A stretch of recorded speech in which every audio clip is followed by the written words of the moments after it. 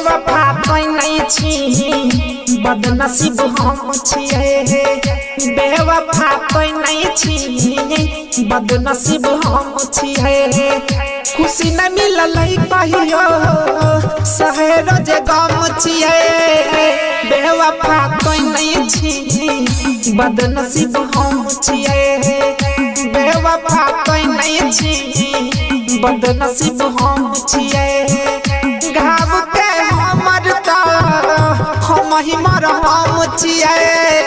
बेवफा कोई नहीं छी बदनसीब हम छिए बेवफा कोई नहीं छी बदनसीब हम छिए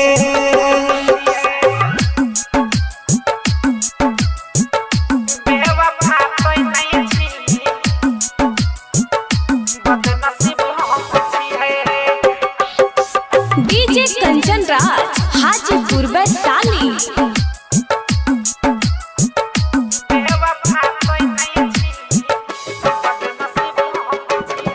धरती पर जहिया से हम अइलिए गे कहियो हम प्यार नहीं पइलिए गे जकरा भी हम अपन मानलिए गे ओकरे चलते बाद बेकानलिए गे बेवफा कोई नहीं छी बदनसीब हम छिए बेवफा कोई नहीं छी बदनसीब हम छिए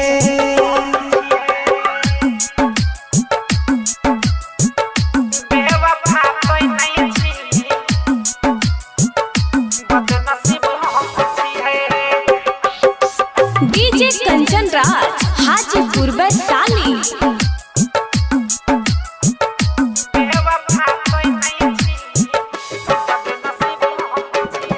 रही नहीं तो हमारा तकदीर में गलती छै हाथ के लकीर में हमारे किस्मत हमारा लेल लूट गए हमारे आयुष सूझत गेलै टूट गए बेवफा कोई नहीं छी बदनसीब हम छिए बेवफा कोई नहीं छी बदनसीब हम छिए खुशी न मिलल कहियो शहर जे गम छिए बेवफा कोई नहीं छी बदनसीब हम छिए बेवफा कोई नहीं छी बदनसीब हम छिए